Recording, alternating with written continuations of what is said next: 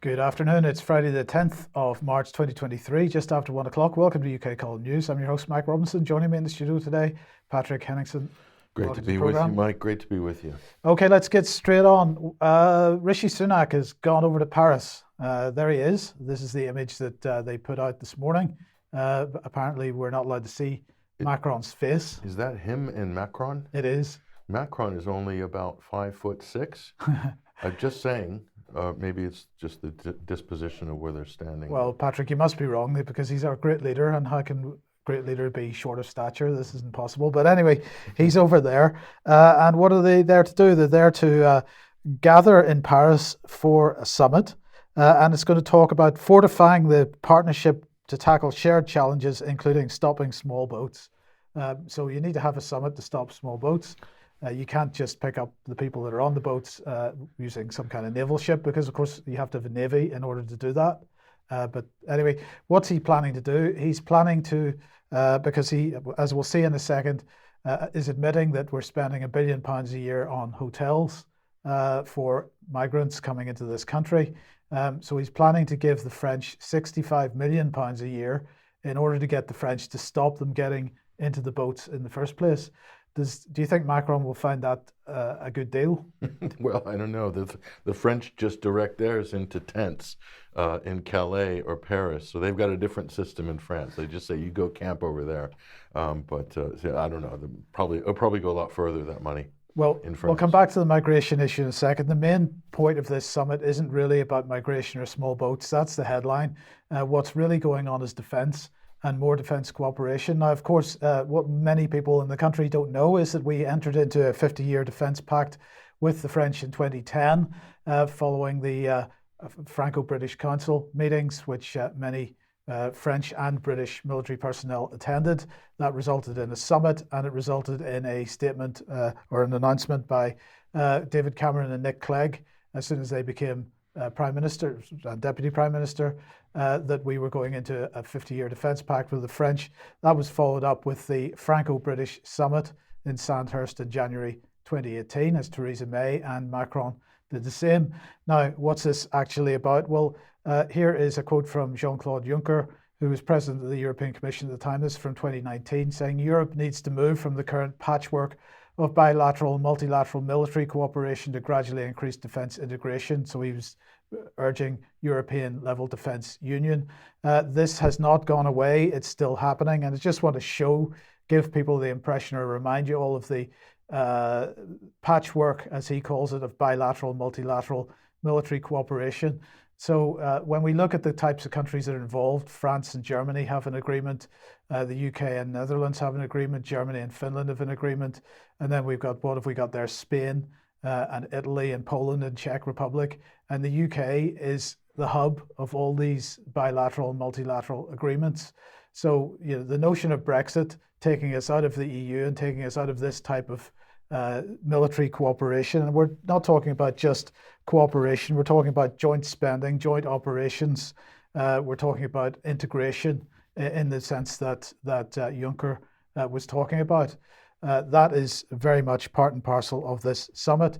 But coming back to the migration issue then for a second, this is what Rishi Sunak had to say. I think everyone knows that we're spending £5.5 million a day plus on hotels. We'd rather not do that. The best way to stop that is to stop people coming in the first place. So he's going over there. The headline is, at least, to try to convince Macron to stop people leaving France, people that have come into France, to stop them leaving France to come to the UK. Why would Macron do that? This is clearly not a likely outcome.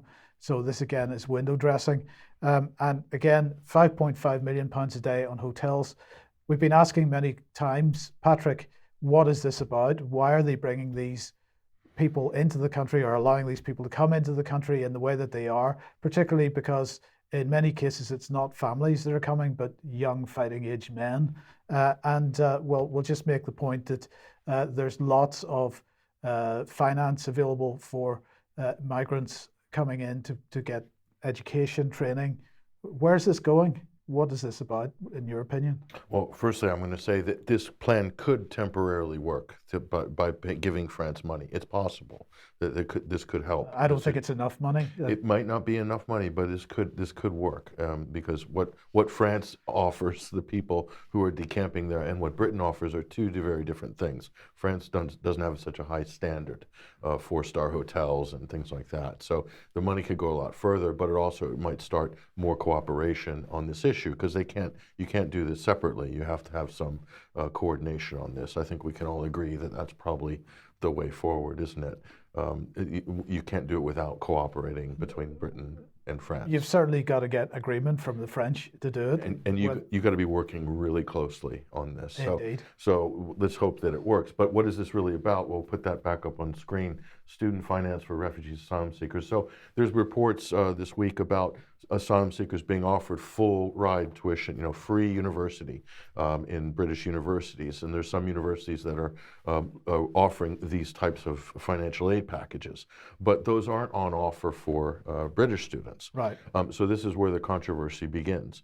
And so why are they doing this? And this isn't a new issue. This is not a new issue. After the Iraq War, the British were, and the Americans and other European countries, but especially British and Americans, were keen on bringing those educated Iraqis to Britain and bringing them to America and to Canada and other NATO countries. And so what they effectively do is they create a fifth column. We've talked about this on the show before. And you create a brain drain because of the war. They've done this with Libya. They've done this with Syria. With Syria, this was a massive issue, especially if anybody who identified as being against the Assad regime. Immediately, Leeds University, Sheffield University, Right. all over the country.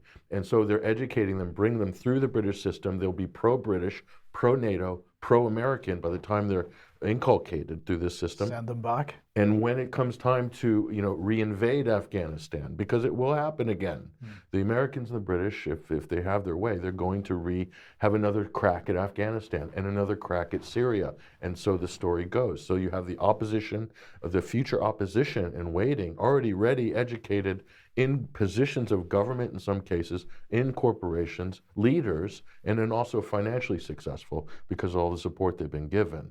So this is part of it. This is how you manage empire in the 21st century. So in a few minutes, we're going to be talking about Georgia. And the question is, how many of these people end up going into NGOs and civil society organizations and being sent back before any thought of reinvasion, but just get them back in fully financed? Yeah, and back in home country working for an NGO, because those are, in some countries, those are the biggest employers, international NGOs, UN affiliated organizations. Certainly that's the case in a country like Lebanon and other former war-torn countries. So Iraq as well is a big NGO presence, especially in Iraqi Kurdistan as well. This is where the West have set up shop for a lot of aid organizations and things like that. So that's absolutely, the NGO issue is huge because that's the Trojan horse, if you will, for Western countries. Okay, let's move on then back to Lab Leak. We talked about this last Friday as well, but here's an article published by the Telegraph this week, a couple of days ago. No one believed the COVID Wuhan lab leak theory. Then the world changed its tune. Idea that the virus escaped from Chinese city used to be widely dismissed, but is now becoming ever more plausible. I just want to pick a couple of quotes out of this article. First of all, as Matt Hancock's original biography draft show, the world was terrified of upsetting China. Which journalist can possibly make a statement like that with a straight face? Are we concerned about upsetting China at the moment, Patrick? Or are we actually doing as much to stab China in whichever part of its body we want to stab it at the moment? So this is complete nonsense. Also, why would we believe anything that's written in Matt Hancock's biography, original draft or not? That's one point. The next thing is this, from this article, only in the US was the possibility of lab leak being seriously considered. I want to just reinforce once again, this is not true. This narrative was initially begun by Dr. Yellowcake himself, Sir Richard Dearlove. There he is. And he absolutely has been pushing this for over 2 years now. So he's been pushing a lot of things, including Russian meddling in the 2016 elections. Right. Well, if he's not pushing it, certainly his employees are at Orbis Business Intelligence. Isn't he the boss of Christopher Steele? Certainly was. There certainly was the boss. Yes. So anyway, it's interesting how all these birds of a feather seem to flock together, Mike. Absolutely. So what else have we got on this issue? Well, the lab leak issue, according to some people, blew up last night. So testimony in Congress, Robert Redfield, he's a former director of the CDC. He's quite well known. He's kind of Mr. Pandemic, as it were.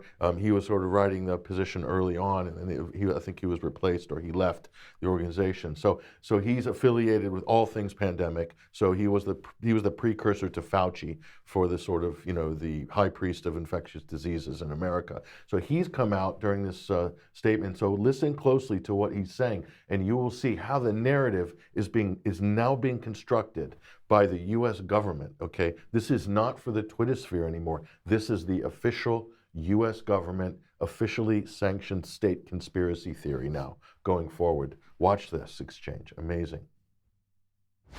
Given what we know now and looking at all the conversations in February of 2020 and before the release of the paper, do you think that Dr. Fauci used this paper to hide the gain-of-function research created this virus?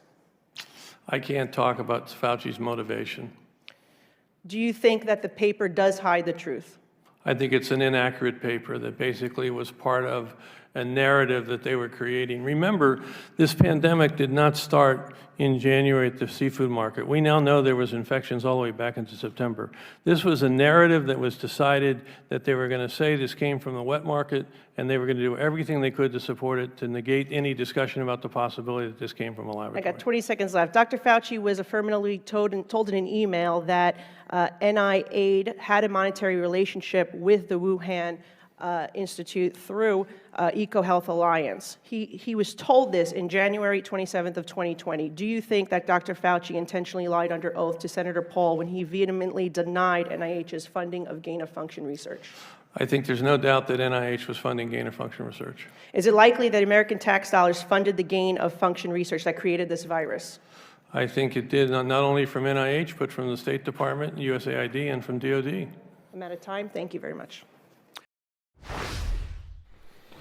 So there's a lot to unpack in that short clip, Mike. So you tell me what your first impressions are, and I'll tell you what I took from that. Well, my first impressions are that we are having a very carefully crafted narrative built here. Well, go ahead. Okay, look, the first thing is notice how this Hegelian dialectic is being constructed. So you, the public, are being given a choice. Either it was from a wet market and it was a zoonotic transmission from a bat to a pangolin to a person, something along there, and they're identifying that with Fauci. Fauci, of course, is the object of the ire of the public. Everybody hates Fauci. Everyone wants to take Fauci down, and for good reason. Trust me, he deserves to go down. However, you see how that's been constructed. Do you choose that argument, or how about this new one we're presenting you called lab leak? Okay, lab leak, China virus, super virus. So if you noticed, Mike, Trump was all over China virus very early on. So clearly Donald Trump, and Robert Redfield said, he just said it, we know that there were infections back in September. So when he says we know, they didn't have a standardized PCR test for this back in September. So how does he know?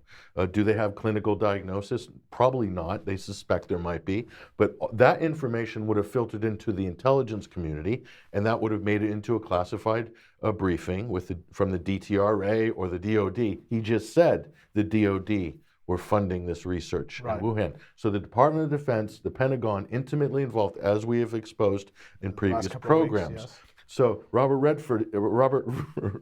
Redfield has kind of given the game away a little bit on this. So now gain of function is now the official. So Trump probably had a look at that. That's why he was saying China virus. He was probably told about that in September or in the fall. October, and then so when the story broke, he went for China virus, and so did Fox News, and then Facebook censored it, and so the Twittersphere and the intellectual dark web think, oh, because it was being censored at the time, it must be true, but we still have this problem, the case of the missing virus. We still don't have any sort of viable sample, isolated sample from a biological tissue or phlegm or sputum from patient 0 in Wuhan that's shown to be infectious. That still has never been produced. Only a genomic sequence, which was created on the computer by who? The Chinese CDC. So we took the Chinese CDC's word for it. We found a novel SARS-CoV-2 virus, and the rest of the world took that and ran with that. And they directed Christian Drosten to come up with a PCR assay from Charité Institute in Germany, and that was peer-reviewed and confirmed to be peer-reviewed in less than 24 hours. Normally it takes 8 months. So they just didn't have time to check it. So anyway, so she's saying gain-of-function research, that created the virus. Do you see how they slipped that in? And Robert Redfield said, yes, it was, and etc. So gain-of-function research that created the virus. They haven't presented any evidence that a virus was created or even leapt from the BSL-4 Institute of Virology in Wuhan into the public. That part's missing. All we have is research, Fauci emails, and funding by the NIH via EcoHealth Alliance to Wuhan, okay, which is evidence of just funding and is evidence of research, but we're still missing the important part, which is the supervirus. Where's the evidence of the supervirus? Can anybody show us? So this is the problem. So this story is totally blown up. And here's Denny Rancourt. We'll go to some of the debates on Twitter. So Robert Malone came out and said, this is just completely blowing up the narrative. He's talking about the Fauci zoonotic wet market narrative. And so Denny Rancourt from Canada, who's an impressive academic, his work in so many different areas is incredible. He's saying, is Malone an idiot? This does the opposite of blowing up the narrative. This propaganda cements the narrative of a deadly pathogen while falsely blaming China for a Pentagon CIA operation. We just showed you, the DOD has been front-running all aspects of this from beginning to end. So is it possible, as Rancourt is suggesting here, that this is an intelligence operation via the NIH using their operatives to implant this research project in Wuhan that hasn't produced anything, okay, to create the ultimate red herring, to create the 19 Arab hijackers, wink, wink, for this story of the so-called global pandemic. Now, UK column listeners know when I said wink, wink, you know what I'm talking about. So gain of function, Chinese lab leak is the 19 Arab hijackers of this story. Okay, that's how you should look. That's how I'm looking at it, because all of the evidence, the real evidence, not the hype, not the assumptions that there's a super virus, but the actual evidence suggests that it looks like an incredible deep state operation. And you would need that if you're planning to do a global fascist takeover. You need a few backstories constructed in case things don't go perfectly well, and you need a fall guy, don't you? Indeed. So who's the fall guy in this? It's not Fauci. Fauci will take one for the team. Who's the fall guy? China's the fall guy. And entered Richard Dearlove, yes, and et cetera, and all the intelligence experts lining up to opine on this dangerous development in our relationship with China. So that's where we're coming from on this. And we absolutely welcome your comments and feedback in the chat room or by email. So then let's move on to NATO then, Patrick. So this brings up this whole, Mike, this whole opaque subject of the biowarfare. We hear about it. We know about Fort Detrick, Porton Down, Wuhan Institute of Virology, all these dangerous research going on various pathogens and dangerous bioweapons. So I'm going to point to this. This is an absolutely stunning report here by Freddie Ponton. This is up at 21st Century Wire. This is part one of a two-part series. This is loaded with information, okay? So if you're interested in the subject, you want to dive in here deep. It's got all the original documents. NATO's Trojan horse behind Europe's COVID-19 response. Part one, vaccinating Europe with a military experimental biodefense countermeasure. This redefines everything you saw in Europe, Mike, from what we thought it was before, which was governments and regulators approving quickly emergency use authorization, this new vaccines to deal with an emergency a public health emergency, to a DOD run out of the USA leaping over the EMA, the MRHA, okay, and then basically giving a prototype product that doesn't need to go through any regulatory checks whatsoever, and basically distributing it under a state of emergency via NATO. That NATO is the interface with the European Union, and this article shows that Ursula von der Leyen herself, by executive order, bypassed the EMA on this. So the legal cases are much stronger in Europe than in the US, because European law, they've absolutely, I think, broken a lot of the important parts of the agreements between the regulatory agencies in various countries and the EMA. So they're out of contract, as it were, with this. So check this article out. It's absolutely incredible. Let's give you some highlights here.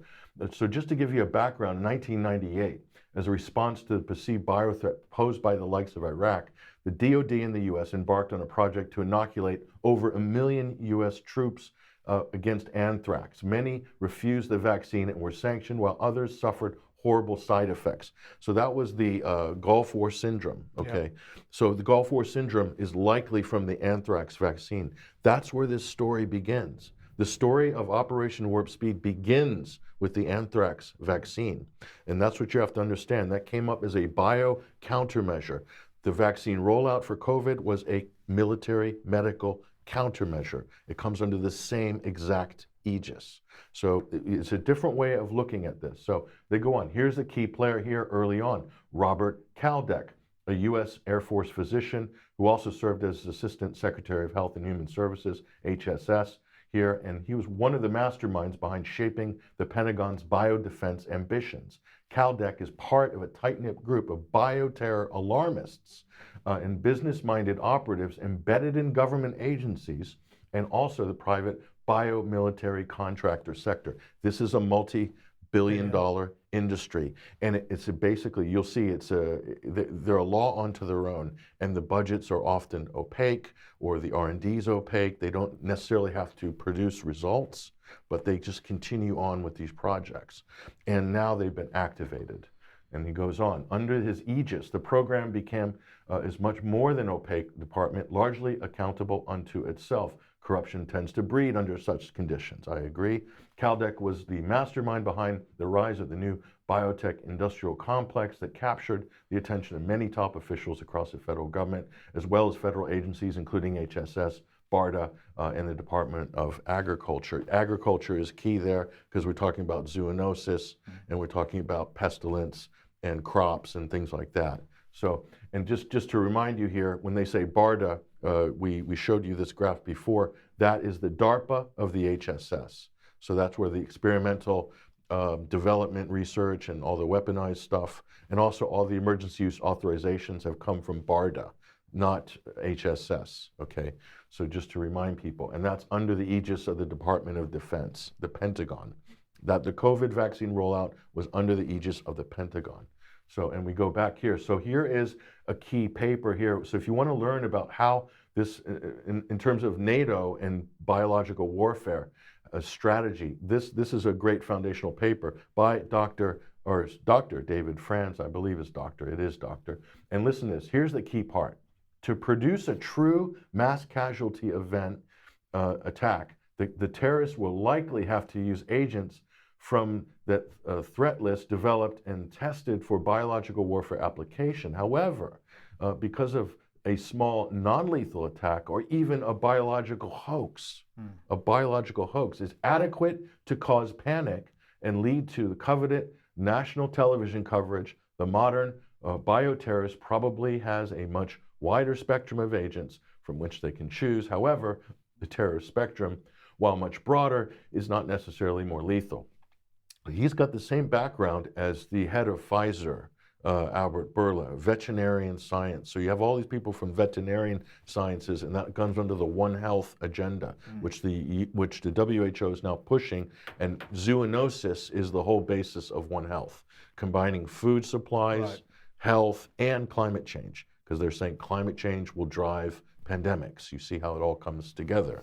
It's all very neat, isn't it? So thanks to Freddie Ponton for putting all this together, and also for exposing the One Health agenda, which is coming to the fore now.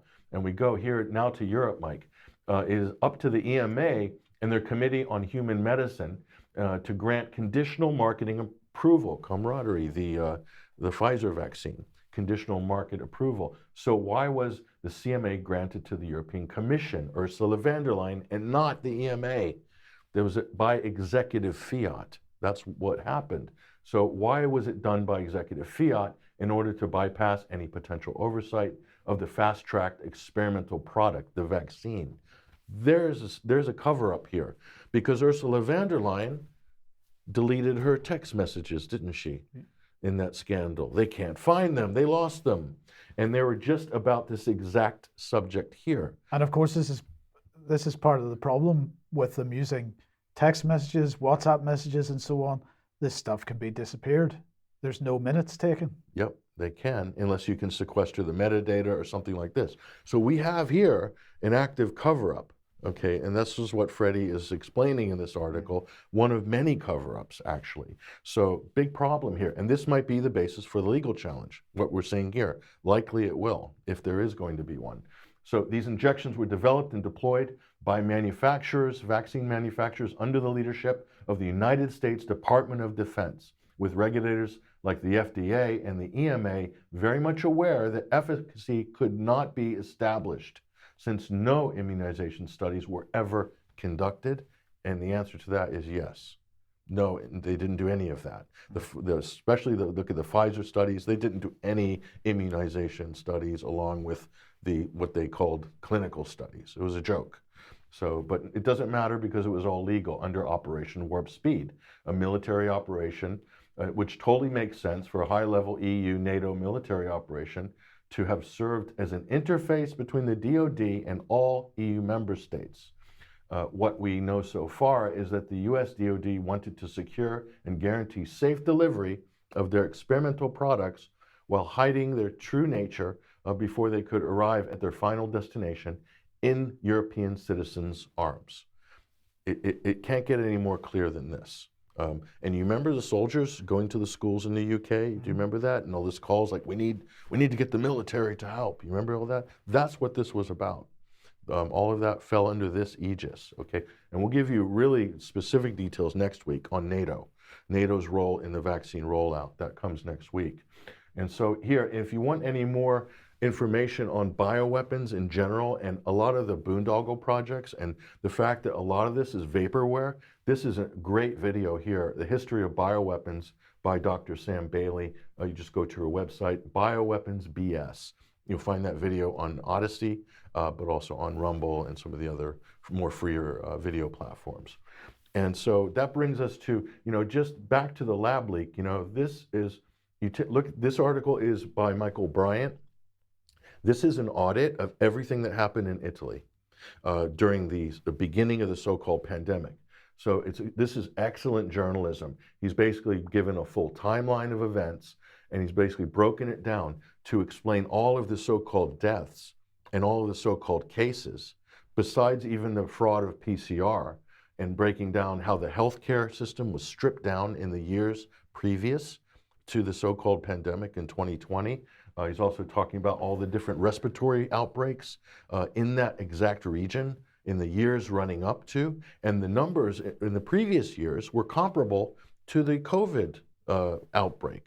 So basically, it looks like they overlaid a pandemic over the top of one of the worst air quality, one of the sickest and oldest populations in Europe, and in a city that has just been plagued with pollution.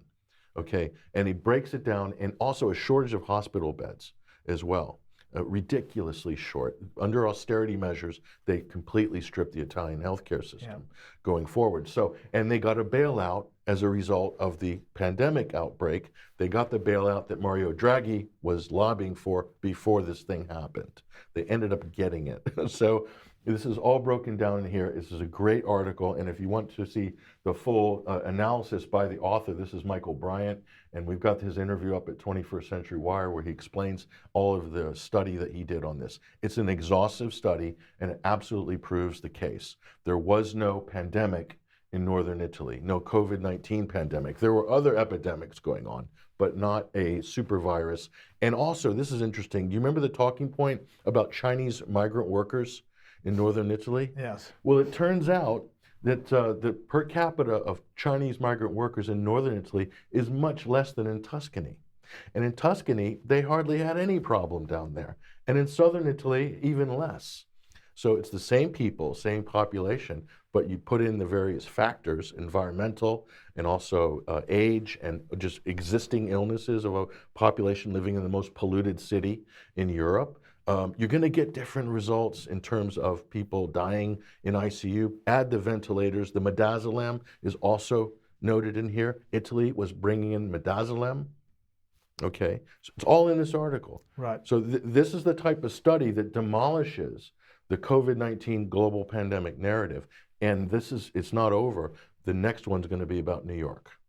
And we'll share that. We'll share those findings with you possibly in the future.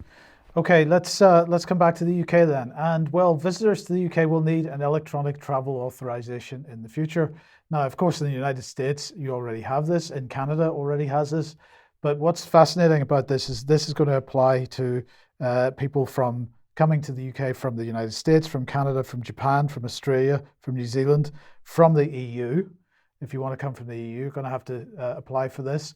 It's an online application. It's effectively a form of digital ID. It's attached to your passport that you're allowed to come into the country, and you have to go through the electronic passport lanes in order to use it. And once you have approval, it will last for 2 years. But the point here is that this is the first time that the UK has implemented this kind of digital travel document, if you want, because it's an add-on to your passport. But it's not just the UK, because, as I say, the US and Canada are already doing this, but the EU is about to roll out their version of it as well. So they're calling it ETIAS. I'm not quite sure what the acronym stands for, and that's going to enable travel within the 30 countries of the EU. So we're seeing more and more moves towards digital documentation required for everything. I just wanted to highlight that. Let's just move on to 50-minute cities and ULEZ. The argument over ultra-low emission zones in London is continuing to escalate as Sadiq Khan attempts to push this zone out as far as Heathrow Airport. Patrick, he's wanting to push it out as far as Heathrow. So anybody visiting Heathrow would potentially be required to pay the ULEZ fine. The cover charge. The cover charge. For the world's biggest nightclub. Right, but the Daily Mail here reporting newly installed ULEZ cameras are vandalized with wires cut and lenses painted black amid growing backlash at Sadiq Khan's planned expansion of the zone. Have people been getting ideas from the French on this? Well, could quite possibly because be. This is what's going on in France. So, Same thing. So cutting the wires and so on to stop them working. Well, people may have a view on that. Now, I just want to mention that tomorrow in Exeter, there is a Hold the Line event, 11th March, 12 p.m. at Exeter Cathedral Green. This is about this type of issue, 15-minute cities, digital currencies, and so on. If anybody wants to go to that, and I would encourage as many people to go to that as possible. As they say there, more numbers equals more awareness, and it's about growing awareness at this stage. It's funny, Mike, people who are protesting 15-minute cities are being labeled as far right by some politicians and by some members of the, let's say, liberal intelligentsia media.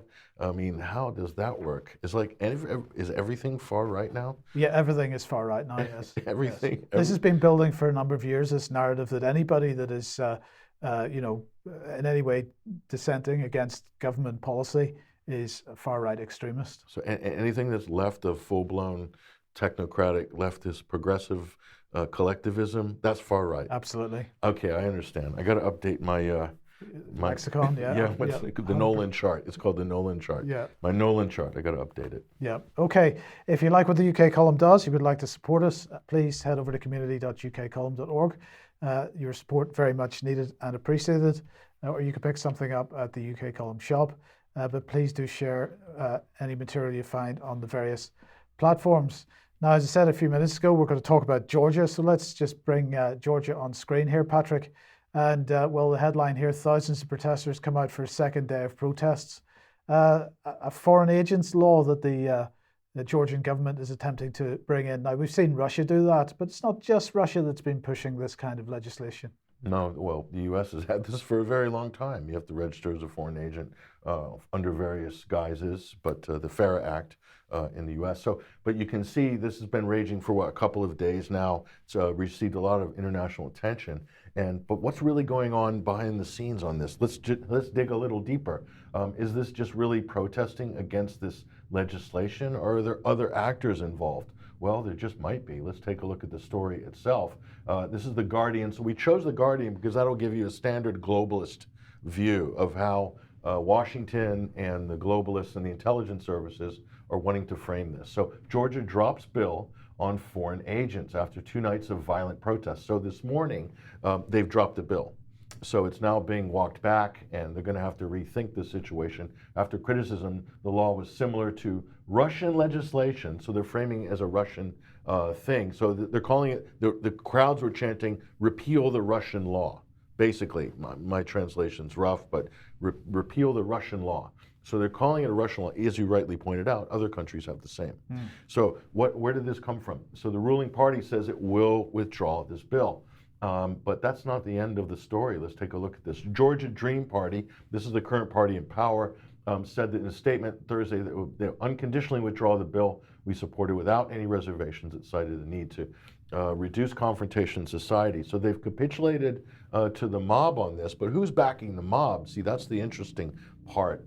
And so if you look at the standard Euro take on this, the EU must act on Georgia's foreign agent law, says, and this was on March 6th. This is on Euroactive here. And who else is opining on this? None other than, dun, dun, dun, dun, dun, the Queen of Chaos herself, Samantha Power. This ghoul has come up from the basement to comment on this one. Obama's regime change operative, Supreme, Samantha Power, now head of USAID, a notorious front for the Central Intelligence Agency, among other things. That's not me saying that. That's well documented. Anyway, she stresses that the foreign agent laws gravely threaten the ability of Georgians to fulfill their own economic, social, and other aspirations. What's she talking about? EU membership? Yes. And NATO membership. Yes. Okay, so the NGOs, the current government in Georgia are basically saying we don't want too much of these foreign NGOs flooding the country and employing all of the most educated and well-heeled students on graduation and turning them into sort of globalists. It kind of comes down to that. It's a kind of a basic nationalist argument, not unlike what Viktor Orban has done in Hungary, very similar, which is interesting because Georgia and Russia are not best of friends at the moment. So Samantha Power wants this all rolled back. This is bad. We want an open society. George Soros is very active in Georgia and has been dumping millions and billions of dollars over the decades in these various states like Ukraine, Georgia, and Eastern Europe. So let's just take a look at this. Here's another clue. The Georgia Dream, this is the party in power, is attempting to remove the public's ability to monitor the actions of authorities. That's not 100% true, but nonetheless, let's look at who signed this open letter here from the Georgia Court Watch. This is an NGO. I did look at their funding, Mike, but I'm pretty sure I know who's behind it, who's going to be on the list, because look who signed this petition. Let's take a look at that. 1 second here. Who we got here? Georgia Democratic Initiative. You could look up the funding on all of these, but let's just fast forward. Open Society Foundation of Georgia. Soros. Transparency International. I think that's Soros. Soros as well. Guardians of Democracy. I like the sound of that. And let's just go further. Atlantic Council of Georgia. Ouch. The Atlantic Council. I didn't know the Atlantic Council had a franchise in Georgia, but there you go. That is the regime change headquarters are actually in Washington, D.C. It's a nice little satellite operation. Women for a Common Future. I can't imagine who's funding them. And the list goes on and on, Mike. It's literally a rogues gallery of regime change subterfuge right there. So I just wanted to, on this issue, just wanted to show this article from New Eastern Europe. Now, this is written by somebody who's clearly very pro-Western and anti-Russian in their own right. So the headline is the European Dream, Georgia's growing anti-European rhetoric undermines its pro-Western aspirations. Now, the pro-Western aspirations came about in 2004, I believe, when Mikhail Saakashvili became the head of state. So it says here the ruling Georgian Dream government has continued to frustrate wishes of Georgian society for integration with Western bodies such as the EU and NATO. Right? So let's just take a couple of quotes from this. Georgia, shortly after restoring its independence in 1991, opted to become openly pro-Western, deepened its cooperation with Western partners, and gained membership in international organizations over the next few years. In 2003, the country saw a peaceful color revolution, which brought a new agenda focusing on becoming a member of the EU and NATO. Over the years, there were many reforms passed, which were reflected in the Aquis Agreement report, published by the EU in February 2023. The growing prominence of anti-European rhetoric in Georgian politics is a worrisome development. The risk is that the progress that Georgia has made in recent years could potentially be reversed in a short period of time. So this author, at least, extremely concerned that Georgia might have a more Russian outlook, or even worse, a more Russian and Chinese outlook than an EU and NATO outlook. He goes on, sorry. Oh, no, I was going to say, when they're talking about reforms, Mike, we showed you that petition before. It's about the sort of the 12 boxes to tick for preparing to become an EU member. Right. So that's right. Reforms. So, yes. Yep. So it goes on. After coming to power in 2012, the Georgian Dream Party followed what we would call an appeasement path in forming its foreign policy towards Russia. This was the opposite policy to the one pursued by the United National Movement Party when it was in power from 2003 to 2012. Also, since 2012, the issue of the frozen conflict on Georgia's territory slowly faded into the background. So that's the key point. So talking about Abkhazia and South Ossetia. Right. Yeah. So Saakashvili leaves the country. Moves to Ukraine. Under a bit of a cloud, it has to be said. The Georgian Dream Party has come in to power, and they have reoriented their view. Now, in the meantime, last March, the Georgian Dream Party submitted their application to the European Union for consideration of membership, along with Ukraine and I think Moldova was the other one, right? Mm-hmm. But the EU refused their application on the basis that they hadn't completed the reforms that were necessary. Because the Georgian Dream and the people that are criticizing the Georgian Dream Party are saying you don't really want to join at all. You're just going through the motions because you know that there's public support for that, but actually you're taking the country in a different direction. Similar position to where Serbia is and Moldova in that sense. That kind of they have some fealty towards Russia historically and even politically. There's a pro-Russian bloc in Georgia that's not insignificant. But what the bottom line about the protests and what you're seeing now and the repeal of this bill, this is exactly like Maidan 1.0. So you've got pro-EU youth who are out railing against the government, in this case wanting to repeal a law, but in the case of the Maidan Square in 2014, it was to overthrow the democratically elected government. That was 2.0, the coup. 1.0 was the protest that preceded it. This is 1.0. This is Maidan 1.0. Classic, dividing the population between pro-EU and then pro-Russia effectively. Yeah. And so this is outside meddling going on. I absolutely guarantee, Mike, and all of the actors that we just showed on screen, they're all involved behind the scenes. Yes. Now, something that we should point out is that the founder of the Georgian Dream Party, currently the party of government in Georgia at the moment, is the richest. His name escapes me at the moment, but he is the richest man in Georgia. He made his money in Russia, so it's hard. I don't think it's really surprising that Georgia, at least this particular political influence in Georgia, would be looking in that direction. But anyway, with respect to the EU membership, this is what Joseph Borrell had to say, that the bill that we're talking about here goes against EU values and is incompatible with Georgia's aim of joining. Its adoption may have serious repercussions on our relations. But as usual, we've got to leave it to the Russians to hit the nail on the head. So here's Dmitry Peskov. The Kremlin didn't inspire anything here, because the allegation is that this is Russian influence in Georgia. The Kremlin didn't inspire anything here. The Kremlin has absolutely nothing to do with it.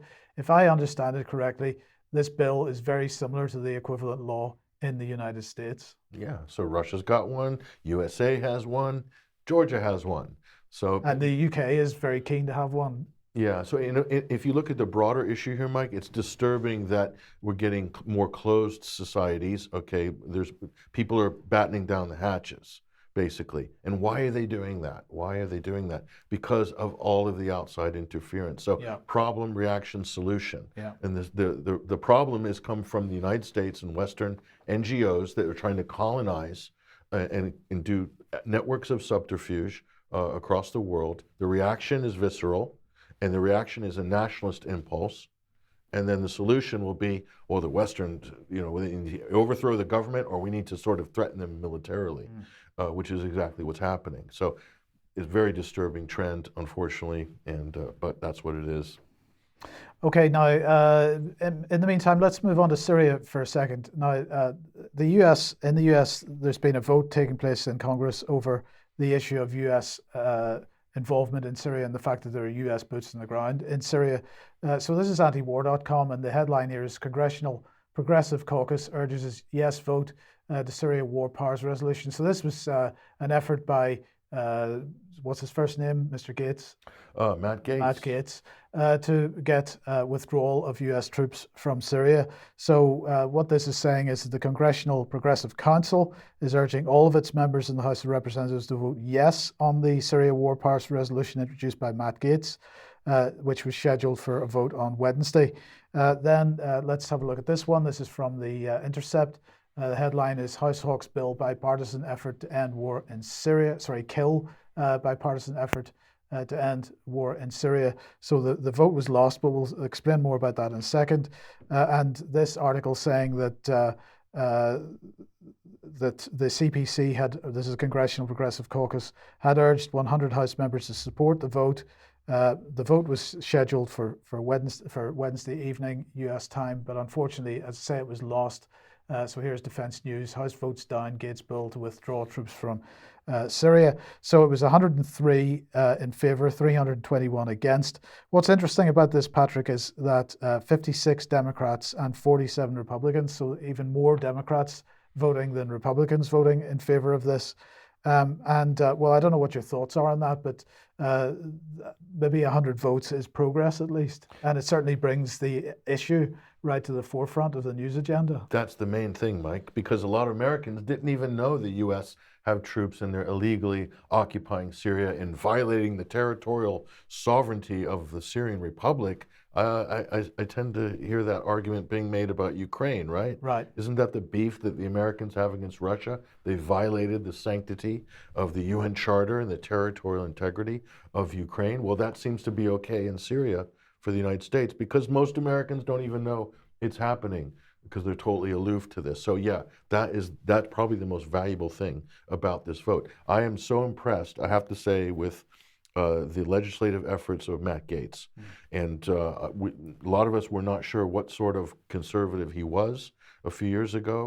It was hard to tell, but now he has put his money where his mouth is and risked a lot in terms of his political reputation, put a lot of political capital on the table on this. And so he's won a lot of support from the Libertarian Party, visibly online, great plaudits from them, Right. and also from the Ron Paul wing of the Republican Party as well, and also from Democrats. Some Democrats. The biggest hawks right now are on the Democratic side. Yes. Sheldon Whitehouse and all these, Adam Schiff, Bob Menendez, all these people have, I don't know how all of them voted on this. I'm assuming they want to keep U.S. troops there. So, but anyway, we'll try to follow up on this because I think this is a major development for U.S. politics. Okay, so everybody will notice by now that Vanessa's not with us today. She is away for a week or so. But yesterday morning, I spoke to her about the latest developments in Syria. So let's just have a listen. Okay, Vanessa, lots going on in Syria at the moment, and lots as a result of funding suddenly being pumped, as you've been reporting over the last couple of weeks, into the White Helmets. But is something being reorganized here? Is there a new organization being set up? Yeah, I mean, it's for me, what is extraordinary is that we've almost done a sort of a Groundhog Day for propaganda, and we're back in 2011 when we were at the height of the propaganda against the Syrian government and the Syrian forces. And what we're seeing now is just an extraordinary revamping of the White Helmet organization that, of course, we recognize as being a CIA MI6 incubated organization embedded exclusively with armed groups like Al Qaeda, like ISIS, and their various terrorist splinter groups in Syria, and aiding and enabling UK foreign policy, US foreign policy, which is effectively to remove the Syrian government. And of course, they've been instrumental in staging the alleged chemical attacks that certainly, as regards Duma 2018, have been disproven by the dissident inspectors at the OPCW, who did not by any means agree that chemical weapons of any sort, not even chlorine, had been used in Duma. And that, of course, concurred with the statements that I took from doctors and medical staff at the time. So that's just the background, very brief background on the White Helmets. And their brand was largely discredited. The earthquake has allowed the West to effectively, as I said, resurrect them as a standard bearer for UK, US foreign policy in Syria, which, as I've mentioned, is not only removal of the government, but also partitioning of Syria and the securing of Syrian borders by hostile states in order to shrink central Syria down into a state, into a very vulnerable state with only one friendly open border to Lebanon. And of course, Lebanon is also being largely destroyed economically and deliberately by the US, the UK, and France actually is involved there. But what we've seen more recently, and even in the last few days, is an extraordinary attempt to sort of push the White Helmets almost into the political limelight. And we've seen this letter to Joseph Borrell of the European Union. I think he's the Secretary of the European Union. Sorry, yeah, he's the High Representative for Foreign Affairs, so he's effectively the European Union's or the European Commission's foreign minister. Yes, exactly. Thank you. And basically, we've seen this extraordinary letter that has been sent by various MEPs to Joseph Borrell, demanding that the European Parliament itself directly funds the White Helmet Group, which is, we have proven, an auxiliary of Al Qaeda. So, I mean, you know, this for me is a step beyond. Also, within the letter, it states that Germany and the UK are now directly funding the White Helmets. Previously, of course, the UK was running the funds through Mayday Rescue, which then was effectively closed down in 2019 when James Le Mesurier allegedly again committed suicide, having been discovered to have embezzled funds from Mayday Rescue itself. And then more recently through Chemonics, which is a US-based extension of US aid and by default then of the CIA. And so what we're seeing here now is a direct push. So there's no longer this this plausible deniability clause in funding the White Helmets. They are now pushing and empowering the White Helmets. And in my view, it appears as if they are presenting them as a political alternative with a view to partitioning and annexing the northwestern section of Idlib territory, of Idlib governorate in Syria. Okay, now on a slightly more broad issue, a couple of days ago, General Milley decided just to head over to Syria. So we had a US government representative entering the sovereign territory of a foreign country without permission. The Syrian government clearly took that as a very aggressive act, and they were pretty upset about it. I mean, what are your thoughts on that? What I've talked about, of course, is the West is exploiting the humanitarian tragedy of the earthquake to increase funding to the armed groups, as we've mentioned, either via the White Helmets or directly into northwest Idlib, which is under the control of Al Qaeda and Abu Muhammad Julani. But the arrival of a top-level military general is fairly unprecedented. We have had regular visits from the US to the northeast whenever the Kurds have seemed to be vacillating and sort of turning towards negotiation with Damascus. Then we have had arrivals of US State Department officials into the northeast to persuade them back again to ally themselves with the United States. The US, of course, has continued stealing oil since the earthquake. A number of convoys have left with stolen Syrian resources since the earthquake. But the arrival of General Milley, to me, substantiates my view that the West is ramping up its military intervention in Syria after the earthquake because it perceives Syria now to be at its most vulnerable. Of course, it's already vulnerable after years of some of the most savage unilateral coercive measures imposed by the US, UK, EU, and its allies. But what is interesting, Mike, is the timing. So he arrived in the northeast for negotiations with the Kurds, but also he met with ISIS terrorists at their headquarters in Qamishli. The day after his visit, there was an ISIS riot in the same prison in Qamishli. And the day after that, at 2 a.m. in the morning on the 7th, Israel attacked Aleppo International Airport, which is a civilian airport, and an airport which was receiving the majority of the humanitarian aid for the sectors that had been so devastatingly hit by the earthquake. Now, ISIS attacks have increased since the earthquake, and of course we know that they are under the control of the CIA and the US. And those attacks have been against civilians, but also Israeli aggression has been deliberately targeting both civilian areas and civilian infrastructure, such as airports.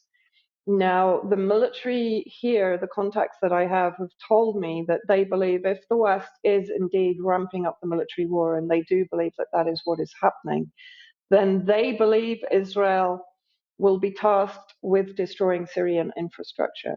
And that is definitely the pattern that we're seeing now. And of course, the fact that Israel attacked 2 days after the visit, or 3 days after the visit of General Milley, is not a coincidence. Again, another attack on by Israel on this time civilian. I mean, they can't even nearly claim that there was, the last time they attacked a civilian area of Damascus, they were claiming that well, there are military personnel stationed there or living there or whatever, but there's no excuse for the Aleppo attack. And the question is, or what is the danger now, or do you suspect that in fact, while Syria is still reeling from the effects of the earthquake, that there's going to be an effort to actually destroy more basic infrastructure? Yeah, I mean, I do actually believe, sadly, that that is the plan.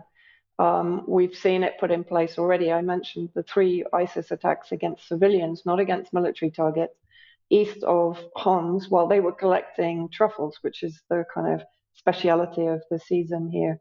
And I think, as far as I know, the figures are a bit vague, but I think it's more than 100 civilians killed and many others, dozens more taken captive. We know that Milley visited the ISIS headquarters. The headquarters, by the way, that the UK is also responsible for funding. They're funding the holding camps for ISIS. And we also know, I mean, there was the vote for the US to remove their armed forces from Syria. But my fear is, even with that, Mike, is what does that do? That leaves basically a terrorist vacuum, right? They've established these holding camps in the northeast, holding more than 15,000 ISIS terrorists and their families. If the US presence is no longer there and they're no longer controlling them and ferrying them around and dropping them off wherever they want them to carry out attacks, including Iraq, what does that mean? That means that we're left with effectively an army of ISIS fighters left to their own devices in the northeast. And those that aren't being sent to Ukraine could carry out further incursions into Syria. So, from all angles at the moment, Syria is under serious threat, both economically, but now more seriously and more present danger, let's say, is that of increased military conflict. The millions that are coming into the Northwest, I mean, what are they coming in for? Ostensibly, they're coming in for the White Helmets. The White Helmets are a group of less than 3,000 volunteers.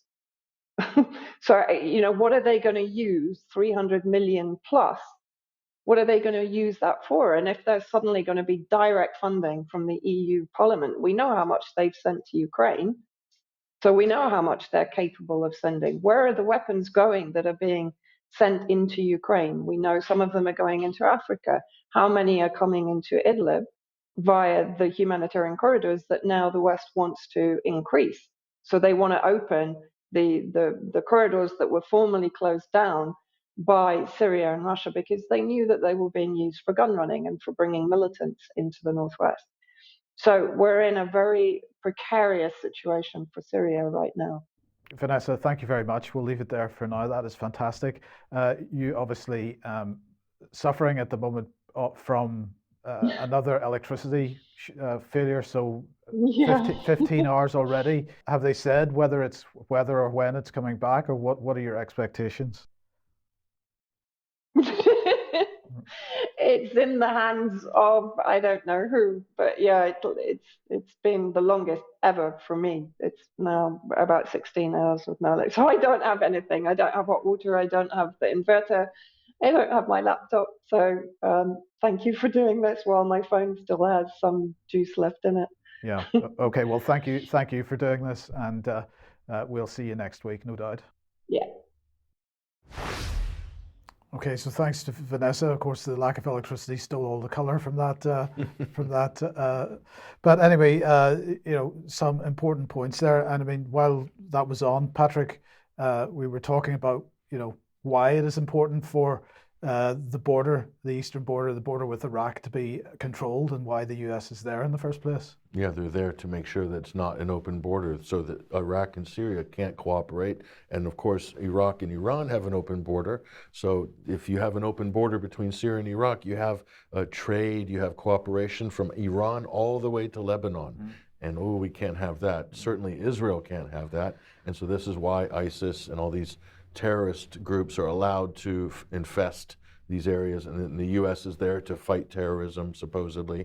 But what they're really doing, aside from squatting on the oil fields in Syria and choking off the Syrian economy and the people while they're under stress from sanctions, they're also keeping that border unstable and shut, basically. So they can't have the common market that they have been dreaming of in that part of the Middle East for a very, very long time. It's funny how that works, isn't it? Yes. Somebody in the chat box saying Vanessa should use solar to top up our electricity. Of course, that's only possible if there's such a thing as a solar panel in Syria, which there aren't, because there's nothing going, because of the sanctions. Yeah. There is nothing going into Syria, so you cannot get anything. In fact, they don't get government subsidies for all their green tech like we do, because we're sanctioning them and destroying their economy. Indeed. Now let's move to Ukraine then.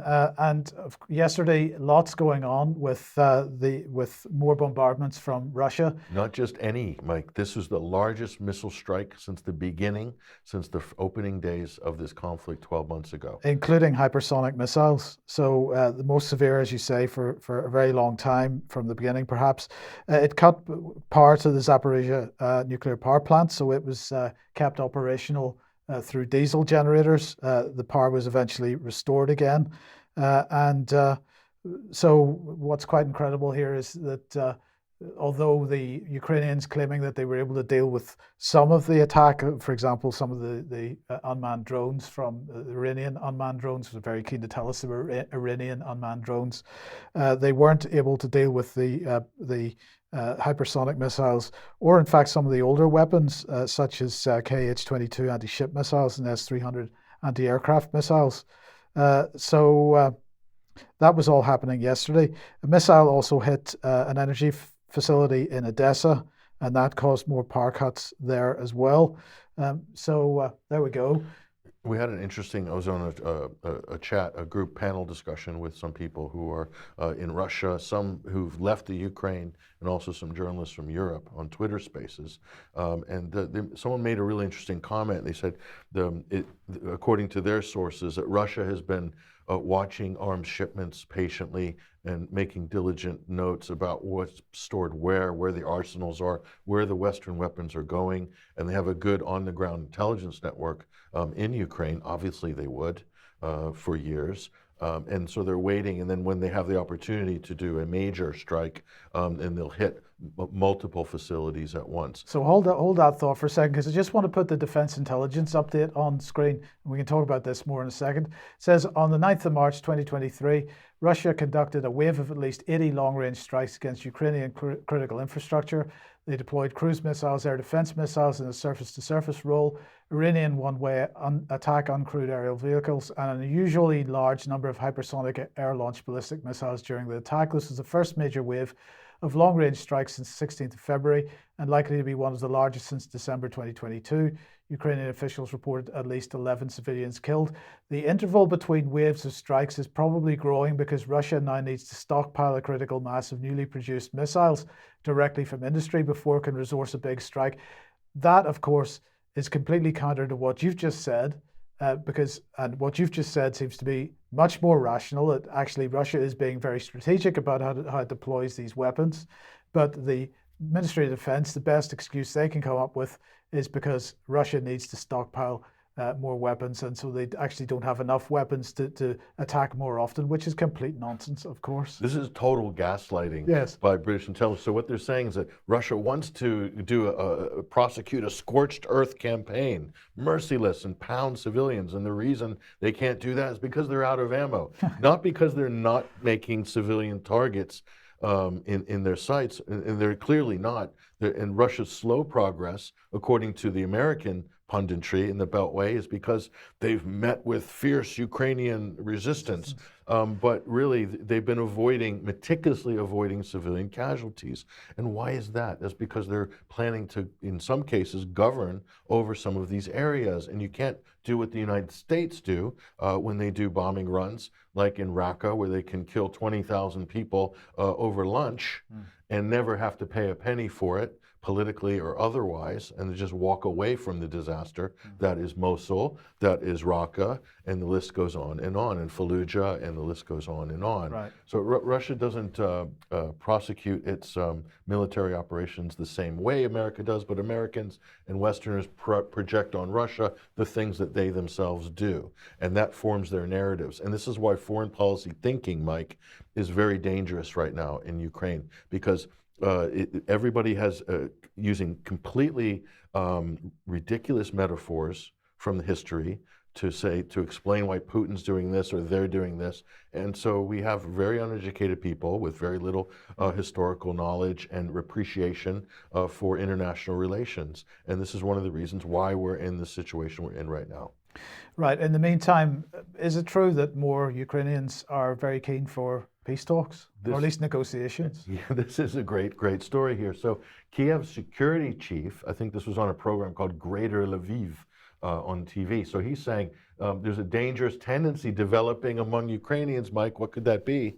Well, according to polling here, more citizens want their government to sit down at the negotiation table with Moscow, says Alexei Danilov has admitted here. And we have the clip, we'll play it, and we have the subtitles as well. So go ahead and watch this.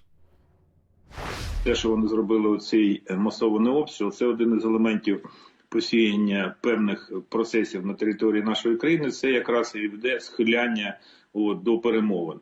Мені було крайнім часом, особливо на минулому тижні, я слухав одного діяча з Львівської області, коли він каже, що потрібні перемовини, треба сідати, домовлятися. До речі, це канал був там, російськомовний канал був, після мого зауваження, вони зараз перейшли на державну мову. Але майте на увазі, що таких стає все більше, більше і більше. Це дуже небезпечна тенденція, коли люди, навіть з Західної України, починають про такі речі говорити. What are you saying? Yes. So he's saying is people in Western Ukraine beginning to get dangerous thoughts, like peace talks. And couple this with a lot of comments now coming on. If you're looking at Ukrainian Twitter, they're starting to say not so nice things about Zelensky. So that conversation's beginning now as well. So at some point, Zelensky will become the fall guy for being a Western puppet and he'll be held responsible for basically the dismemberment of his country and the absolute slaughter that the front line has become so far in just 12 months, losing easily, by most people's estimations now, over 100,000 soldiers. So, I mean, and that might be an underestimation, Yeah. but that's all going to come back on Zelensky, and eventually it will probably come back on the West as well, because they've been micromanaging this through that puppet in Kiev. So the whole thing is going to change. As soon as there's any peace talks, Zelensky will immediately become the scapegoat. The state of emergency will be over, and the whole paradigm shifts at that point. So they'll have to introduce a new actor on the Ukrainian side. And what will happen to Zelensky? Yeah, well, I think we know what's very likely to happen to Zelensky at the end of the day. Anyone's guess. Yes. Well, let's bring the Attorney General, Victoria Prentice, on screen. Here's what she was tweeting out yesterday. She went to Ukraine yesterday because, of course, she's way to gather more evidence of war crimes. So she visited a town destroyed by missile strikes. She laid a wreath to commemorate civilians killed in the conflict. She took part in this is part of a 3-day visit to Ukraine, and she met Ukrainian counterparts and so on. So she, of course, is looking for evidence, in inverted commas, for war crimes. This goes hand in hand with the whole rhetoric from Gordon Brown at the moment to not so much bring full-blown war crimes tribunal against Russia, but accuse Russia of the crime of aggression. Aggression. Yes. Right. Now let's move on to Nord Stream 2. And well, here's the New York Times. New York Times claimed this as an exclusive, but then the German press also claimed it as an exclusive. The Zit. Yes, but let's have a look at what the New York Times said. Intelligence suggests pro-Ukrainian group sabotage pipelines. They say new intelligence reviewed by U.S. officials. How good are the U.S. or Britain at intelligence? We seem to get involved in wars on the basis of dodgy intelligence, but anyway. It's an oxymoron, U.S. intelligence. Yes. Yep. Suggests that a pro-Ukrainian group carried out the attack on Nord Stream pipeline. So this is an attempt to cover up the exposure of, at least Seymour Hersh's exposure of what happened here. Let's continue. U.S. officials said they had no evidence that Zelensky of Ukraine or his top lieutenants were involved in the operation. They say that there was much they did not know about the perpetrators or their affiliations. The review of newly collected intelligence suggests that they were opponents of Putin, but does not specify the members of the group or who directed or paid for the operation. So there's not much to go on here, is there? Very shady, isn't it? Officials who have reviewed the intelligence said they believe the saboteurs were most likely Ukrainian or Russian nationals, or some combination of the two. You'll have to explain that to me. U.S. officials said no American or British nationals were involved. Right. Okay, so unless they were Ukrainian American, does that count? Dual nationality, who knows? But let's bring Politico on screen then and what they said. So in Nord Stream bombings probe, German investigators see Ukraine leaks, reports say. So German prosecutors have found traces of evidence indicating that Ukrainians may have been involved in the explosions that blew up the Nord Stream gas pipelines, according to German media reports. So this was DZEIT and ARD and SWR. So anyway, that's it. So they closely coordinated the DZEIT and New York Times at the exact same time. So there's some coordination going on. Well, this would be the rapid response mechanism where you come up with a narrative and then you share that because you've got a common narrative in different countries and so on, different newspapers and whatnot. Well, I've got my own theory about what's going on. If you want to hear it now or later. Well, we can hear it. We'll hear it after Seymour. After Seymour Hersh. But this was the Ukrainian opinion. Although I enjoy collecting amusing conspiracy theories about Ukrainian government, I have to say Ukraine had nothing to do with the Baltic Sea mishap and has no information about pro-Ukrainian sabotage groups. What happened to the Nord Stream pipelines? They sank, as they say, in RF itself. So that's the Russian Federation, of course. Mm-hmm. So anyway, let's just remind ourselves what Seymour Hersh said. This was a couple of your graphics from a couple of weeks ago. Last June, U.S. Navy divers operating under the cover of a widely publicized midsummer NATO exercise known as Baltops 22 planted the remotely triggered explosives that 3 months later destroyed 3 of the 4 Nord Stream pipelines. and he said the divers were Navy only, not members of American Special Operation Command, whose covert operations must be reported to Congress, and so on. So a pretty lame attempt, it seems to me, to divert attention away from Hirsch's investigation. It's kind of obvious the New York Times, it's been out a month, right? Hirsch's story's been out a month. New York Times, no U.S. mainstream media covers it a month. And all of a sudden, boom, they're all over it because there's a new official conspiracy theory that's come out from the depths of the foggy bottom of the U.S. intelligence world there. I mean, kind of ridiculous on one level. But you know what I think is going on, this also gives the Germans, for instance, a chance to kind of throw Zelensky under the bus and Ukraine under the bus. Imagine how this is being viewed in Kiev. They're like, wow, the whole Western media, I thought we were the darlings. I thought we could do no wrong. They're blaming us for the Nord Stream. I mean, that'll kind of lose face for, you know, some people in Ukraine, in Kiev. So what does that allow? It allows some of the NATO partners like Germany to take a step back, perhaps. And that's kind of a nice, easy out. Maybe that was negotiated between Olaf Scholz and Biden in their meeting just a couple of days ago. Maybe that's what they talked about and agreed that was going to be the course of action. And then another actor can move to the front on that, which would be Poland, for instance, as we talked about last week. And so what you could have, Mike, is a situation where in Iraq, it was Britain and the United States. It was done outside of NATO. It was done outside of the UN or any international multilateral agreements. It was a coalition of the willing. So in this case, if the whole NATO issue becomes too sticky in terms of intervention, they could pull back, and then the United States and Poland, for instance, and Britain could go in unilaterally and say, this isn't a NATO action. We're just going into Western Ukraine to kind of stabilize the situation and help the refugees or provide some military assistance or whatever. And then that becomes a no-go zone, a no-fly zone. And then effectively we'll get what they want at the end, which will, you know, for Poland, it'll be a piece of Western Ukraine, right? Right. That's what they want. For the U.S., they want a permanent military footprint in Poland, ideally maybe something in Western Ukraine. And so that would be a takeaway. So, but is that how it's going to play out? So is this what the new Nord Stream plot is about? I'm not sure, but it's just a possibility. Yes, okay, well, let's move on to sanctions then, and a statement issued, Global Advisory on Russian Sanctions Evasion, issued jointly by the Multilateral Repo Task Force. So this is the Australia, Canada, France, Germany, Italy, Japan, United Kingdom, United States, European Commission. They launched the Russian elites, proxies and oligarchs task force, which they claim is a multilateral effort that has used information sharing and coordination to isolate and exert unprecedented pressure on sanctioned Russian individuals and entities. In the UK, this is represented by Tom Tugendhat, and of course he's very excited that they have blocked or frozen more than £48 billion worth of Russian assets, putting unprecedented financial pressure on Putin and his cronies. Is that true though? Because I just want to, this is just a throwaway comment, but this was a silly little article in the Daily Mail a couple of days ago. Are sanctions really wrecking life in Russia? And they've just got a couple of images showing supermarket shelves in the UK versus supermarket shelves in Russia.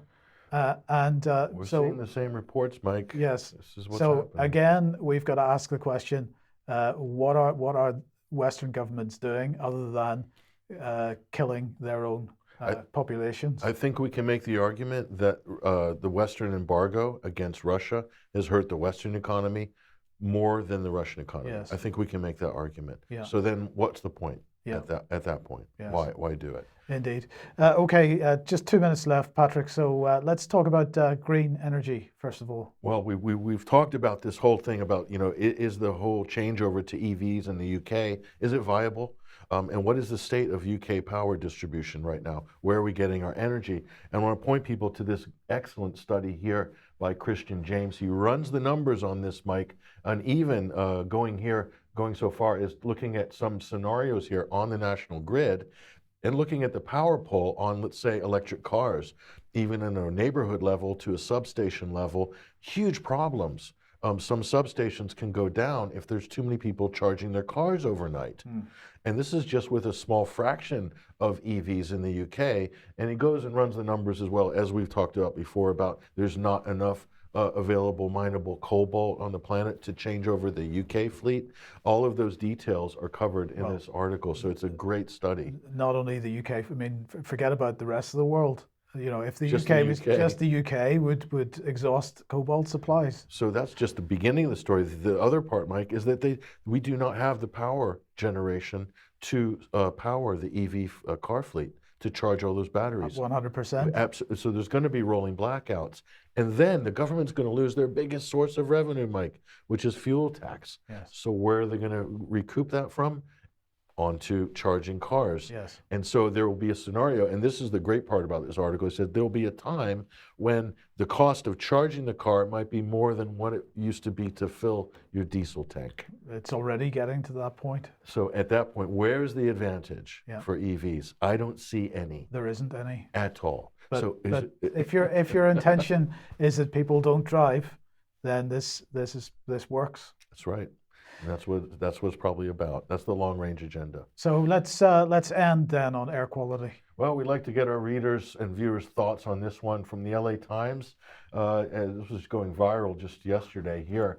And so this is the LA Times saying on Twitter, white drivers are polluting the air breathed by LA's people of color. Here, this is an actual article, folks, and yeah, they tweeted this out. There's some amusing comments under this as well, so I do encourage people, if you're Twitter inclined, to go visit this post on the LA Times account. If it's still there, they might have removed it because they're absolutely getting thrashed over this. So apparently, the pollution is racist, which that's a new one. Well. Was Coroni racist? Massively racist. Yes. Yeah. So it's only reasonable that air quality would be racist too. Yeah. So particulates coming out of the back of exhaust pipes, massively racist. Right. As well. So I don't know how are we going to solve that problem. We will leave you with that thought. We'll be back in a couple of minutes with some extra. But otherwise, if you're not a UK Column member, we will see you 1 p.m. as usual on Monday. Have a great weekend. See you then.